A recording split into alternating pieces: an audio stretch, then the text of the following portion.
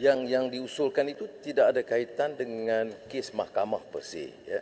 Yang dibangkitkan ialah mengapa mencetuskan, apa yang mencetuskan krisis sekarang ini, yang menyentuh soal kedaulatan negara, betul. Ya. Soal penafsiran dan juga keputusan Spanyol dan Perancis itu urusan mahkamah. Ya, betul.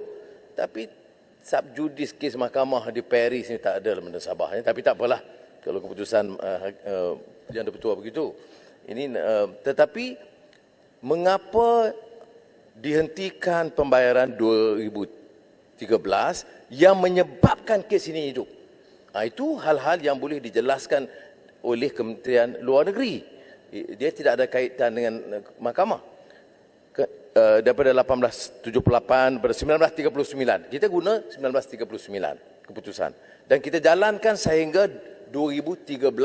Perdana Menteri pekan pandai-pandai berhentikan dan ini kalah, menyebabkan kita kalah dalam kes kerana kita tidak tunai janji itu.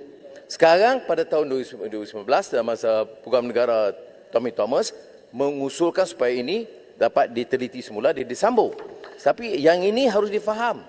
Jadi kalau usul itu bawa mohon pandangan Kementerian Luar atau kerajaan, dan bagi saya ini Perdana Menteri, ini soal kedaulatan, soal apa semua.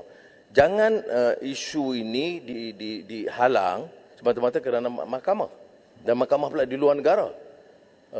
Kalau bicara soal mahkamah, mana semua isu tak boleh sebut. 1MDB tak boleh sebut, semua tak boleh sebut. Jadi saya mohon pertimbangan yang dipertua, kerana ini sangat menyentuh perasaan bukan saja orang Sabah tapi rakyat Malaysia. Mana mungkin satu negara merdeka dan berdaulat dicabar tentang kedaulatannya dan parlimen tidak dibenarkan membahas. Ya.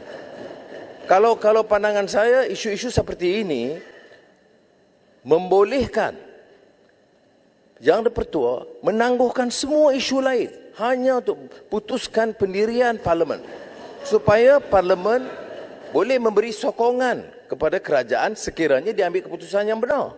Keputusan yang tepat kita patut sokong. Jadi maknanya seluruh ahli dewan parlimen boleh bersetuju dan menyokong pendirian Perdana Menteri untuk mempertahankan wilayah dan memberi penafsiran yang sah sejak 1939 dan akan membantah segala usaha yang untuk mempertikai kedaulatan kita.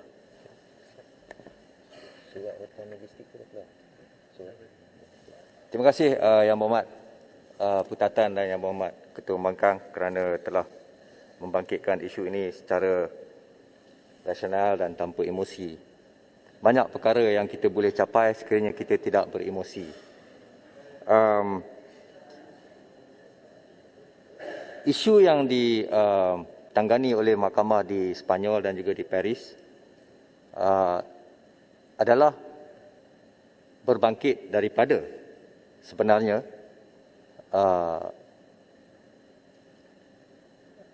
pemberhentian bayaran yuran tersebut, pemberian bayaran tersebut.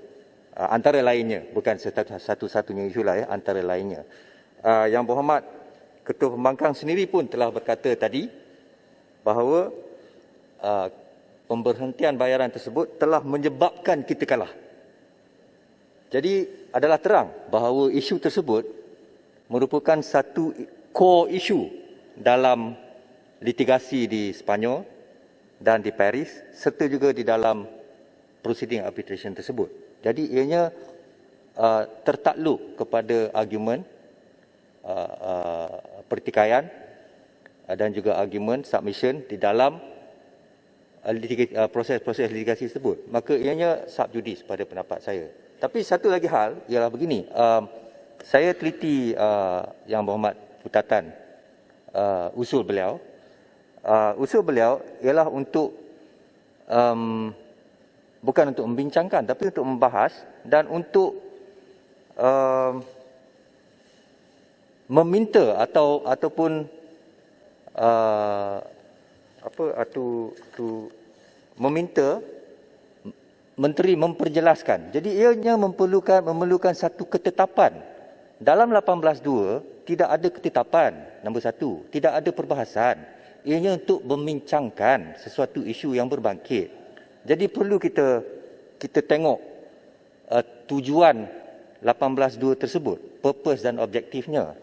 Kalau kita nak minta memperjelaskan atau menjawab, maka begitulah saya tulis dalam surat saya kepada Yang Berhormat Putatan, terdapat alternatif lain, iaitu dengan menanyakan soalan untuk jawapan lisan. Sebegitu prosedurnya. Kalau 18.2 kita hanya untuk bincang saja. Kita tak boleh suruh menteri atau kabinet buat itu dan ini kerana tidak akan ada ketetapan, tidak akan ada perbahasan, tidak akan ada ketetapan, tak akan ada undi pun 18.2 ni. Jadi saya nampak usul 18.2 ni selama ini telah disalah faham. 98% saya rasa usul yang difailkan 18.2 yang datang kepada saya semua untuk meminta itu dan ini, bukan untuk membincangkan. Itu telah saya kata banyak kali. 18.2 bukan untuk meminta, memohon dibuat itu dan ini, kerana tidak akan ada perbahasan dalam 18.2. Oleh kerana tak ada perbahasan, maka tidak akan ada undi, tidak akan ada masalah. Dan oleh itu tidak akan ada ketetapan. Ya. Jadi saya rasa Yang Berhormat Ketua Mangkang, Yang Berhormat Putatan, lebih baik sekiranya kalau kita hendak penjelasan, difailkan soalan untuk jawab lisan. Itu keputusan saya. Datuk Yang Berhormat. Ya. Tuan Sri Ketua, dia tidak menghalang perbincangan supaya ada kertas supaya untuk ahli-ahli dewan, kalau selepas itu tak boleh dibincang, tak apa. Jadi kita ada perbincangan, kemudian kementerian beri penjelasan atau jawapan untuk membantu, untuk menjawab kepada hal-hal ini dibangkitkan. Tafsiran teknikal itu terserah pada Tuan Sri yang betul. Tapi yang kita bangkitkan ini, ahli-ahli Muhammad dia prepare. Perjanjian 1878, ketetapan Mahkamah Tinggi Borneo 1939. Jadi kita tengok, dan bayaran daripada 1939 oleh kerajaan Inggeris sehingga kita merdeka teruskan sehingga 2013. 2013 ini keputusan Perdana Menteri dari Pekan membuat kacau sehingga ada masalah sekarang. Kalau diteruskan hari itu, perkara ini tak dibangkit. Perkara ini terbatal bila dihentikan pembayaran itu atas alasan pencerobohan. Ya. Tetapi perjanjian itu jelas. Saya membaca keputusan Mahkamah Borneo 1939. Dan ini semua penafsiran oleh kerajaan Inggeris sehingga kerajaan Malaysia tak tahu puluh ke belas ke berapa orang pegawai negara semuanya membuat keputusan yang sama, mesti bayar ikut keputusan Mahkamah 1939. Bila dihentikan, ini masalahnya. Mengapa kita boleh biarkan satu keputusan yang merosakkan, ya, mengganggu gugat dan kemudian digunakan untuk mempersoalkan semua yang lain. Tan Sri dia betul tepat tadi. Bila dibawa, dicabar di mahkamah di Sepanyol dan di Perancis, dia tidak lagi bangkitkan soal 1939. Dia bangkit namanya saya istilah secession seed atau pajak dalam tulisan Jawi yang boleh dikatakan di sini Arabic script. Arabic, dia kata Arabic, tapi Jawi lama dengan Inggeris ada sedikit percanggahan. Tapi ini semua diputuskan dah di mahkamah 1939. Itu kerana perjanjian itu 1878. Ya.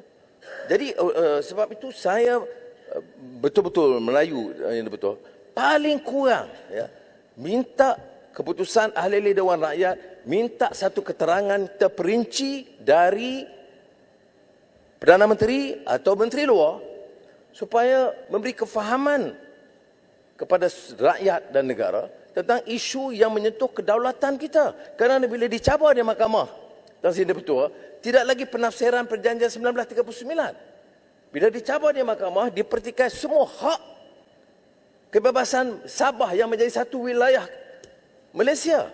Dan mana boleh satu negara atau rakyat boleh menganggap ini satu perkara yang ringan. Siapa saja mencabar 1 inci tanah kita itu, mencabar seluruh. Sebab itu saya faham bila Kota Belud dengan sentimen dan sebagainya yang ditegur oleh Yang di-Pertua. Tapi kalau saya bukan rakyat Sabah, tapi saya pun memang terasa perkara ini sangat berat. Tak buat homework seperti ini. Ya. Saya bukan pakar undang-undang macam Tan Sri Yang di-Pertua, tetapi saya terpaksa teliti, baca, minta pandangan peguam-peguam kerana ini soal kedaulatan. Jadi saya harap semua bermula daripada ahli-ahli yang berhormat dari Sabah, tak kira daripada parti mana, kalau tak bangun menyokong ini, saya minta rakyat Sabah hukum mereka. Terima kasih Yang Berhormat. Oleh kerana Yang Berhormat telah membuat permintaan kepada pihak eksekutif, so saya harap itu akan mendapat pertimbangan daripada pihak eksekutif untuk memberikan penerangan. Ya.